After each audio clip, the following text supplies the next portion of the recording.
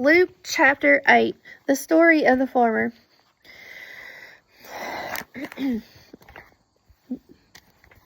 After this, Jesus traveled around from one town and village to another. He announced the good news of God's kingdom. His 12 disciples were with him. So were some women who had been healed of evil spirits and sicknesses. One was Mary Magdalene. 7 demons had come out of her. Another was Joanna, the wife of Chuza. He was the manager of Herod's household. Susanna and many others were there also. These women were helping to support Jesus and the 12 disciples with their own money. A large crowd gathered together. People came to Jesus from town after town. As they did, he told a story. He said, a farmer went out to plant his seed. He scattered the seed on the ground. Some seed fell on a path. People walked on it, and the birds ate it up. Some seed fell on rocky ground. When it grew, the plants dried up because they had no water. Other seed fell among thorns. The thorns grew up with it and crowded out the plants. Still other seed fell on good soil. It grew up and produced a crop 100 times more than the farmer planted. When Jesus saw this, he called out, "Whoever has ears should listen." His disciples asked him what the story meant. He said, "You have been given the chance to understand the secrets of God's kingdom, but to outsiders I speak by using stories. In that way, they see, but they will not know what they are seeing. They hear, but they will not understand what they are hearing." Isaiah 6:9.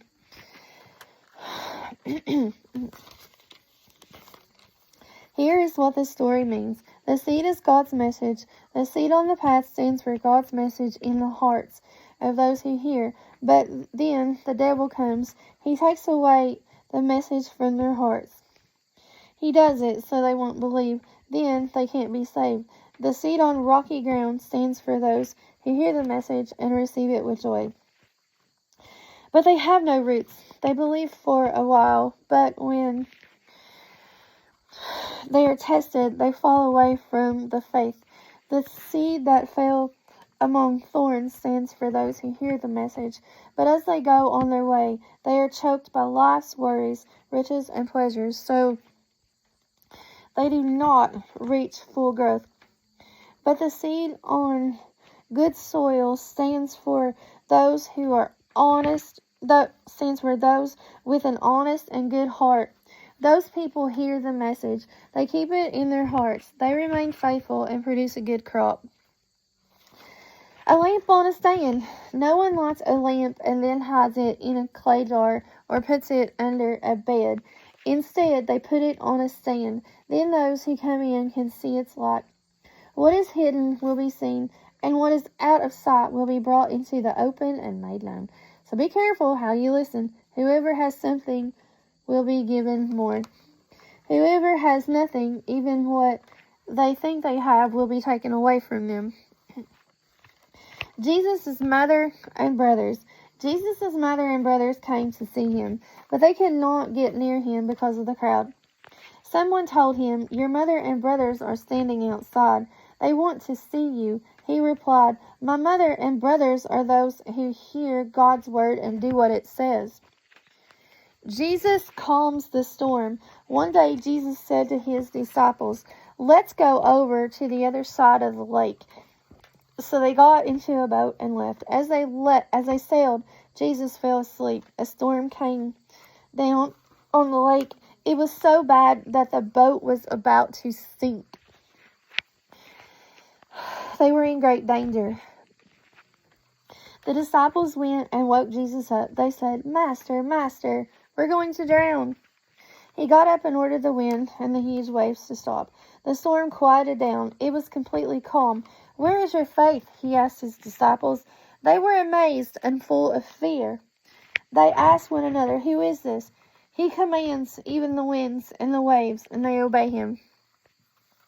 Jesus heals a man controlled by demons.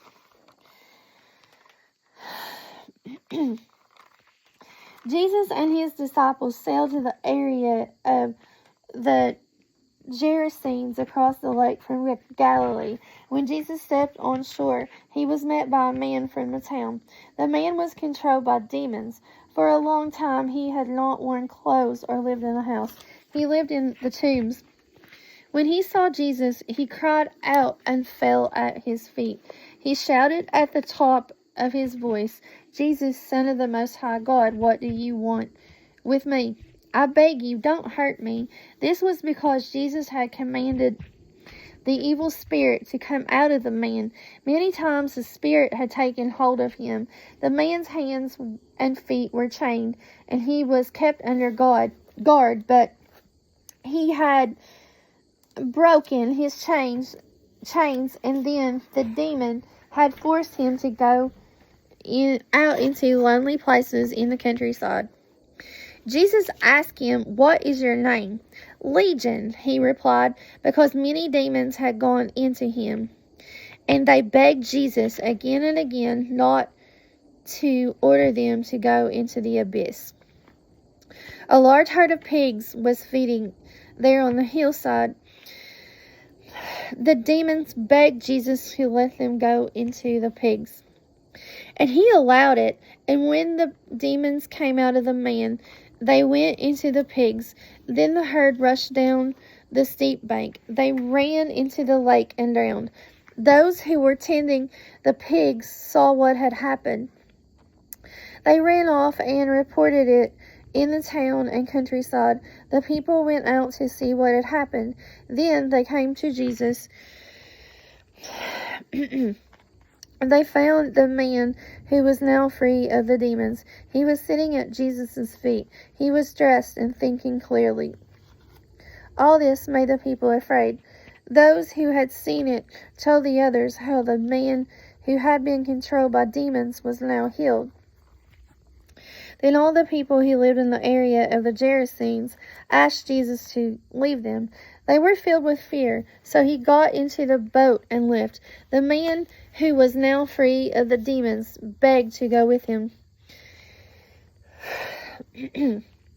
But Jesus sent him away. He said to him, "Return home and tell how much God has done for you." So the man went away. He told people all over town how much Jesus had done for him.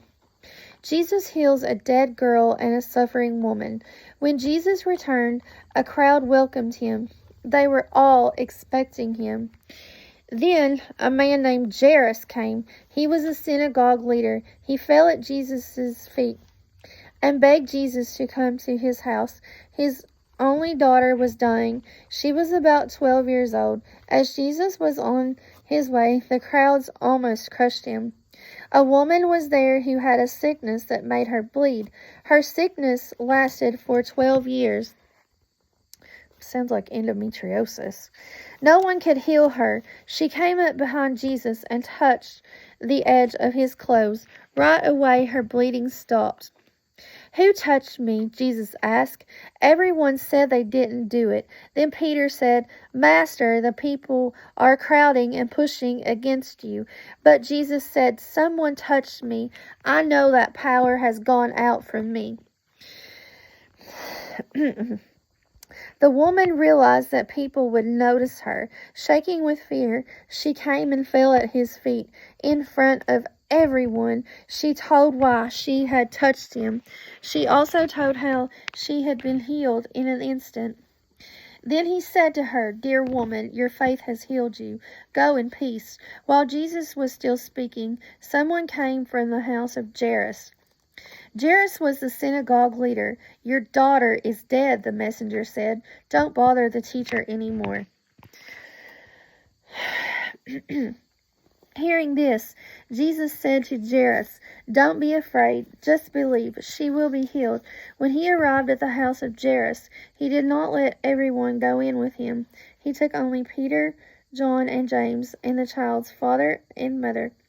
During this time, all the people were crying and sobbing loudly over the child.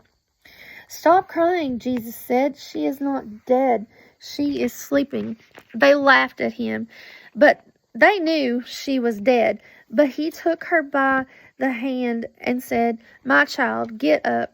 Her spirit returned, and right away she stood up. Then Jesus told them to give her something to eat. Her parents were amazed, but Jesus ordered them not to tell anyone what had happened.